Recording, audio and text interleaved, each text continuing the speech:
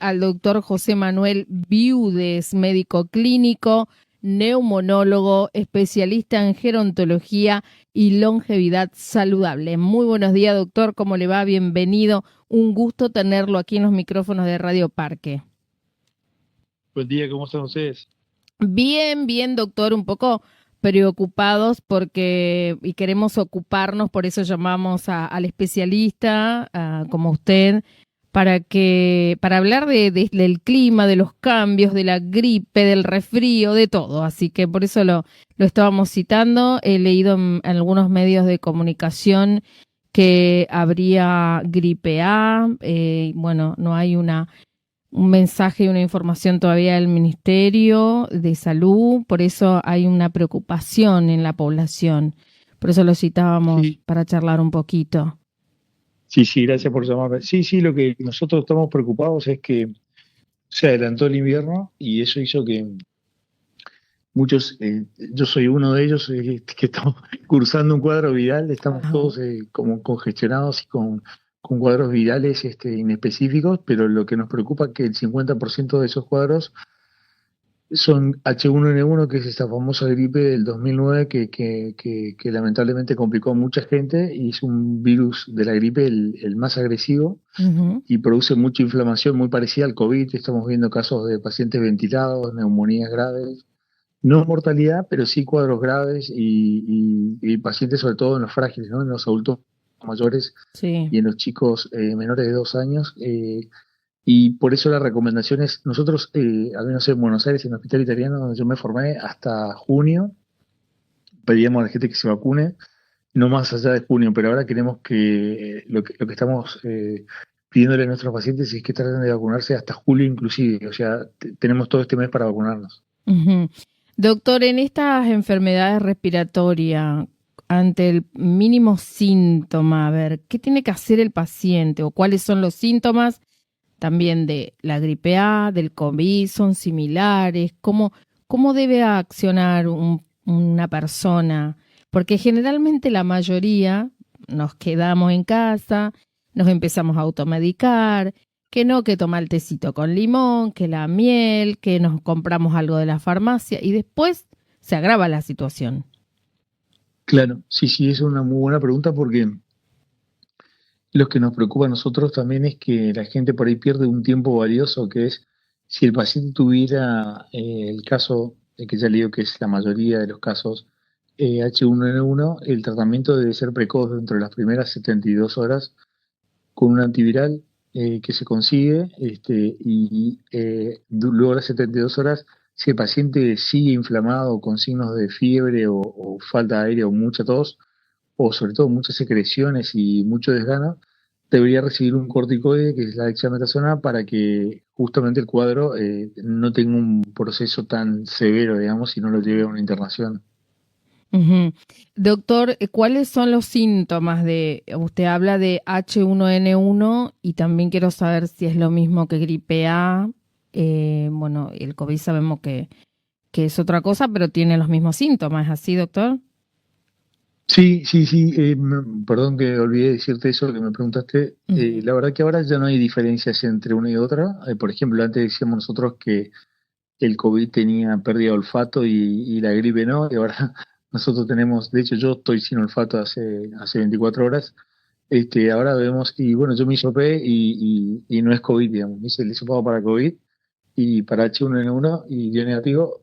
Recuerden que el 30% de los hisopados puede ser negativo falsamente, pero sí, yo creo que los síntomas ya no son un factor que van a diferenciar una cosa de la otra. Y lo que sí es cierto, que nos preocupa mucho, es que esta gripe lo que tiene de característica nueva Ujú. es que produce eh, mucho cansancio al comienzo, mucha fatiga, y es muy contagiosa, es impresionante como prácticamente todos están contagiándose. Y lo otro que nos preocupa a nosotros es que el proceso es más largo que el COVID o las gripes anteriores. El proceso dura una semana primero, la parte inflamatoria con fiebre, dolores musculares de garganta, dolor de cabeza que da mucho, también está el H1N1, pero después sigue una semana más con muchas flemas y tos, y a veces es ahí en la segunda semana que los pacientes se relajan y creen que el cuadro terminó y sobreviene la infección respiratoria como una bronquitis o una neumonía, porque, digamos, lo que vemos nosotros, y hay un trabajo que demostró que parece ser mucho más inmunosupresora la H1N1 que el COVID, o sea, produce más bajas defensas que el COVID, y entonces luego de una infección gripal, inocente probablemente para la gente, puede sobrevenir una neumonía, y acá viene el consejo. Punto uno, vacunarse contra la gripe frente al hospital, a Agua de Formosa, la parte que está sobre Padre Patiño, el hospital central, hay un vacunatorio de muy fácil acceso, yo me vacuné a mis hijas ahí, a mis padres, y el segundo consejo es ponerse la vacuna de la neumonía a quien le corresponda, también se pueden vacunar ahí. Hay un calendario de vacunación que se puede bajar del Ministerio de Salud de la Nación, y si a uno le corresponde, tiene que ir a vacunarse, y si tiene riesgo y no está en la edad de vacunación, el médico le puede hacer una orden, yo lo hago todos los días, y se vacunan contra ambas patologías el mismo día, una en cada hombro. O sea, la gripe de un lado y la neumonía en el otro.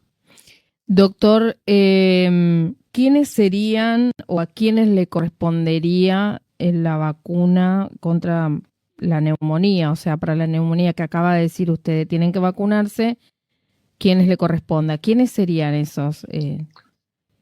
¿Qué grupo sería? La vacuna de la neumonía le corresponde a dos grupos, a dos grupos sanos, ¿no? Después le digo los enfermos.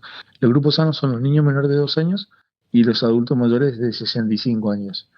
Dentro del grupo que incluye de los 2 a los 64 años, estaría los pacientes que tienen asma, enfisema, EPOC, diabetes, insuficiencia renal e insuficiencia cardíaca. Ese grupo de pacientes deberían recibir igual. Y la dosis de la vacuna, ahora hay dos vacunas, una con 23 cepas de neumonía, de la bacteria que produce neumonía, y la otra con 13.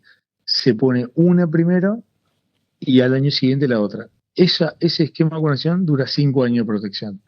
Luego de esos 5 años, uno puede volver a repetir el esquema con una sola de las dos. Generalmente lo dimos con la que tiene 23 cepas, así hasta los 70 años. A partir de los 70 ya no, los trabajos demostraron que no tendría mucho sentido seguir vacunando porque no fabricamos anticuerpos que sean protectivos contra la neumonía.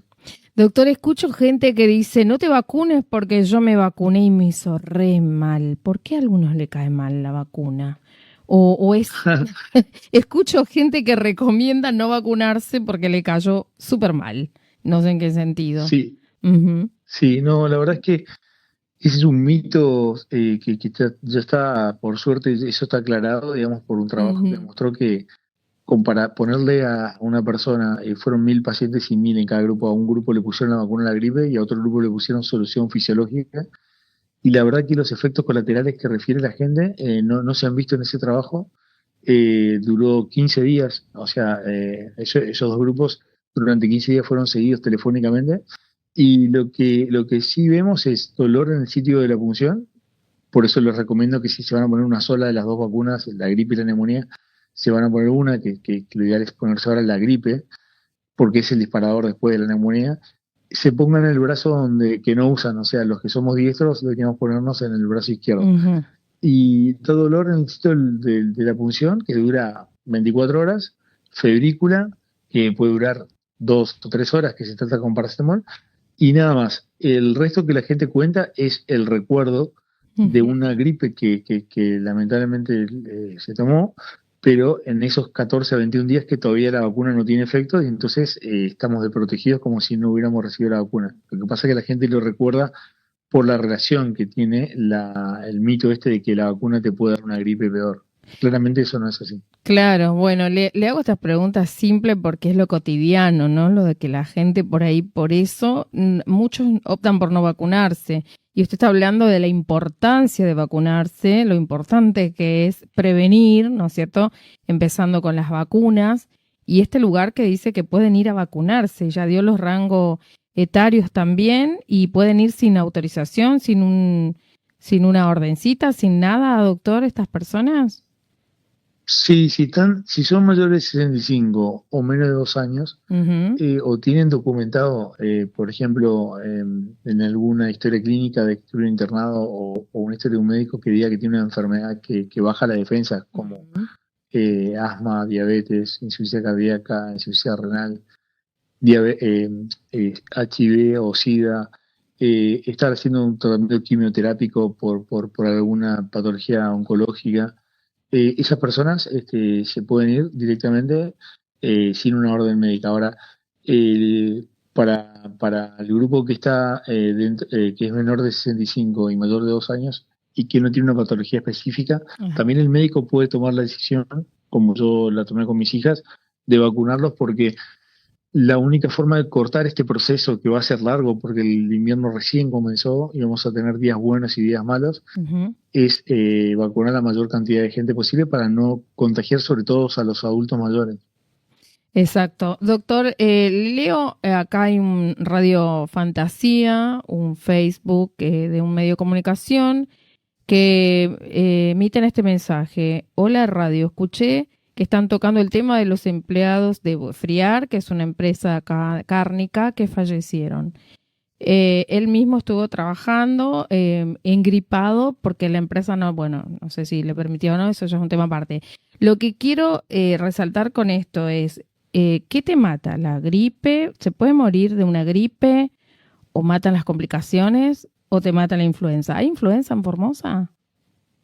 Sí, sí, hay influencia y no, no sé este caso en particular, pero lo que nosotros tememos es esto que decía que luego del cuadro viral, que parece un cuadro gripal normal, algunos pacientes, y eso tiene que ver más bien con el sistema inmune o la inflamación, que tiene que ver con los hábitos de vida, o sea, las personas que no hacen una dieta saludable, no hacen ejercicio, no duermen bien de noche, no logran tratar su estrés adecuadamente, no socializan y no son felices, la medicina ya sabe que cuando tengan un proceso viral o una inflamación infecciosa, el cuadro va a ser más severo por la inflamación previa que tienen, digamos, ¿sí? O sea Ujú. que parten de un punto más alto de inflamación y esos pacientes pueden llegar a ser cuadros graves y sí, la primera ficha de dominó que puede tirar la influenza o la gripe y tirar el resto de las fichas y producir muertes cardíacas, infartos y ACV. Sí, sí.